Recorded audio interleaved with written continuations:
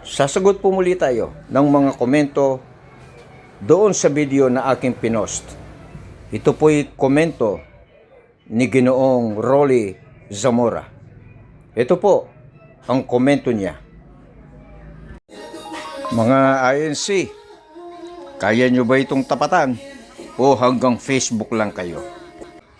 Ginoong Rolly Zamora, ang paglilingkod po sa Panginoon Diyos ay hindi po paligsahan o hindi payabangan. Naalala ko po tuloy ang dalawang bata nag-uusap.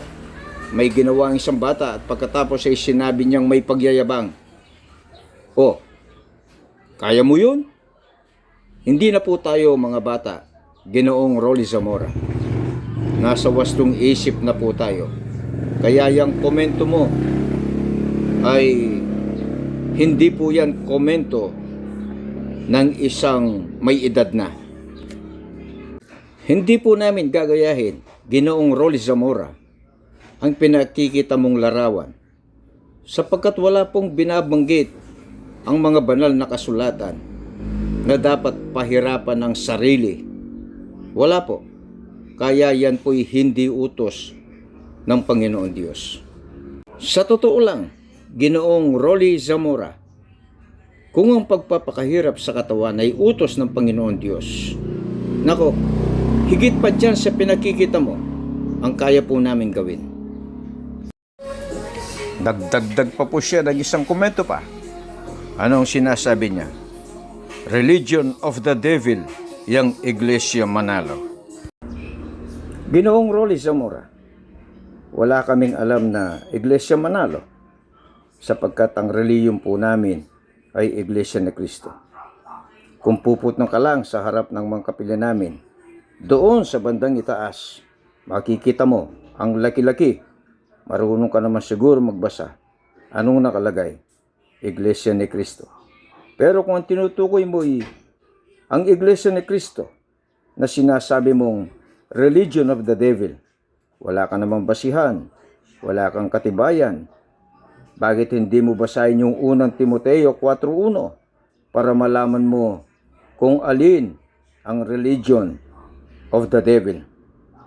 Baka wala kang Biblia sa bahay.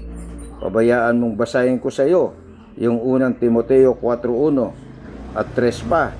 Sa amin pong mga kaibigan, kakilala, sa lahat ng makaririnig sa bidyong ito, sa sasabihin kong ito, hindi po ang layunin ay tuligsain kayo. Hindi po. Gusto ko lang pong palinawan yung komento ni Ginoong Rolly Zamora tungkol sa Iglesia ni Cristo.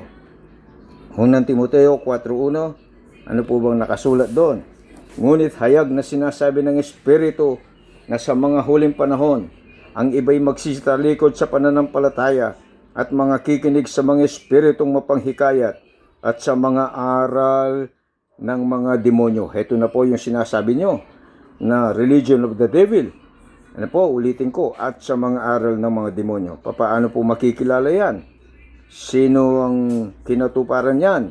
Sa 3 po, na ipinagbabawal ang pag-aasawa at ipinag-uutos na lumayo sa mga lamangkati na nilalang ng Diyos upang tanggapin na may pagpapasalamat ng mga nagsisisampalataya at nakakaalam ng katotohanan. Hindi naman lingid sa iyo, Ginoong Rolly Zamora, kung sino ang nagtataglay ng dalawang aral na yan na nakasulat sa mga banal na kasulatan, mga aral ng demonyo. Kaya, ang payo ko sa iyo, magsuri po kayo habang may panahon pa. Pwede po kayong magpunta sa pinakamalapit na kapilya sa inyo. Hanapin po ninyo ang aming ministro. Magtanong po kayo para masuri po ninyo ang mga aral na aming sinasampalatayanan sa Iglesia ni Cristo.